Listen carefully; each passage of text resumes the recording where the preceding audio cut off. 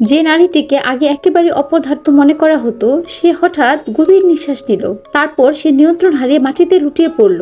এরপর তার আত্মা যেন শরীর থেকে টেনে বের হতে লাগলো। নারীর শ্বাস নিতে কষ্ট শুরু হলো। তার স্বামী ছুটে এগিয়ে এলো, অচেতন হয়ে পড়া স্ত্রীকে ধরে রাখার চেষ্টা করলো, কিন্তু ভয়ঙ্কর ব্যাপার হলো দুজনে পুরুষ মিলেও নিয়ন্ত্রণ করতে পারলো না। এই ভয়াবহ দৃশ্য দেখে ভয়ে কেউ ছুটোছুটি করতে লাগলো। নারীটি যেন উত্তর পশ্চিমের দিকে প্রাণ হারাতে বসেছে।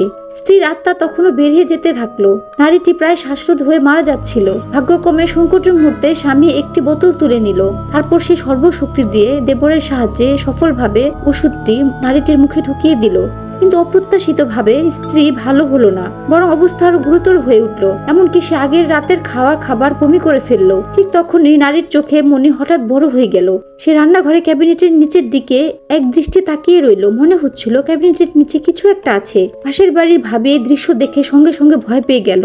তারপর হঠাৎ করে নারীটি স্বাভাবিক হয়ে গেল। সে দ্রুত স্বামীর কাছে চলে গেল।